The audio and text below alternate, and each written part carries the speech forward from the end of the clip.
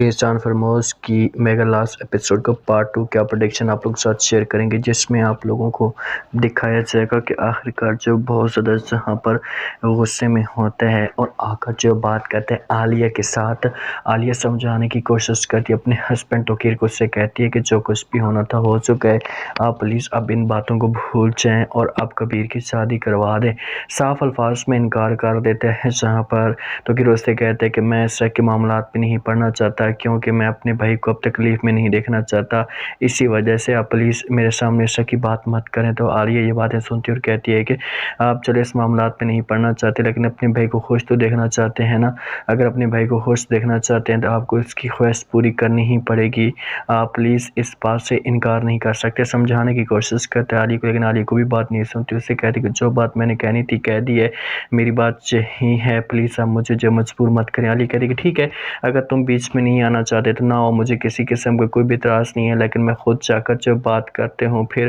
خود جا کر سمجھانے کی کوشش کرتی ہوں لوگوں کو اور مجھے پورا یقین ہے کہ میری بات مانی جائے گی۔ تو کہتا ہے توقیر کہ اگر کبیر مانتا ہے اور آپ کی جو وہ بات مان بھی چاہتی ہے ان کے ساتھ تو آپ خود ٹریک ان کے ساتھ بات کریں، مجھے جو بیچ میں مت لائیے گا، مجھے مت گھسیٹیے گا، کیونکہ پہلے بھی میں جو وہ بڑا شرمندہ ہوں توقیر کے آگے جس حساب سے جب فلک نے اس کے ساتھ کیا ہے۔ عالیہ کہتی ہے کہ فلک نے جو دھوکہ کیا ہے تو اسے سزا بھی تو مل چکی ہے، ذلیل اور خوار ہو رہی ہے، در بدر جب وہ گھوم رہی ہے، اس سے کوئی بھی اب جو ہے وہ ٹھکانہ نہیں مل رہا۔ توقیر کہتے ہیں کہ وہ باتیں بات کی ہوتی ہیں لیکن پھر بھی جب وہ بات کو سمجھنے والی تو ہوتی ہے نا، تو اس کے ساتھ اب ہو کیا رہا ہے، اب وہ بھی تو ہماری وجہ سے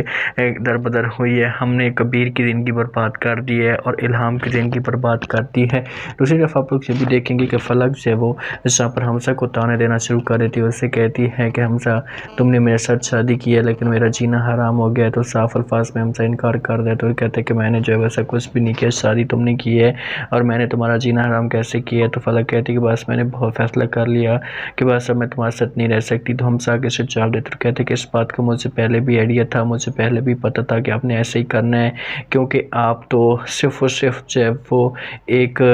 وقت گزارے ہیں میرے ساتھ، آپ نے تو میرے ساتھ جو ہے وہ ٹائم پاس کے طور پر شادی کی تھی۔ صاف الفاظ میں جو انکار کر دیتے ہیں اور اس سے کہتے ہیں کہ جب وہ میں نے کوئی زبردستی شادی نہیں کی تھی، آپ نے جب محبت کے وعدے کیے تھے اسی وجہ سے جب وہ یہ سب کچھ ہوئے۔ فلک کہتی ہے کہ چلو ٹھیک ہے میں نے محبت کی تھی۔ حمزہ کہتے ہیں کہ تم نے کہاں محبت کی تھی، تم نے تو صرف اور صرف میرے ساتھ دھوکہ کیا ہے، تم نے صرف اور صرف میرے ساتھ فراڈ کیا ہے، تم نے صرف اور صرف جو وہ جھوٹے وعدے دکھائے تھے، مجھے اپنے چنگل میں پھنسانے کی کوشش کی اور اس کے بعد جو وہ میں تب تمہاری مٹھی میں آ چکا ہوں تو تم نے مجھے جو وہ دھوکہ دیا ہے۔ تم اگر اتنی مخلص ہوتی اور اتنی پیار کرنے والی ہوتی تو کبھی بھی جو ہے وہ کبیر جیسے انسان کو نہیں ہاں چھوڑتی، لیکن تم نے کبیر جیسے انسان کا بھی جو ہے وہ لاج نہیں رکھی، اس کو بھی دھوکہ دیا ہے۔ تو اس بات پہ جو وہ فلک کو غصہ چڑھ جاتا ہے کبیر کی، اور آخرکار جو اس کی شادی ہو جاتی ہے نوال کی۔ آخرکار کبیر نوال کو کہتا ہے کہ اگر تم جو وہ میرے ساتھ خوش نہیں بھی ہونا، میں اپنی طرف سے پوری کوشش کروں گا تمہیں خوش رکھنے کی۔ نوال یہ باتیں سنتی ہے، صاف انکار کر دیتی ہے، اس سے کہتی ہے کہ ایسی کوئی بھی بات نہیں ہے،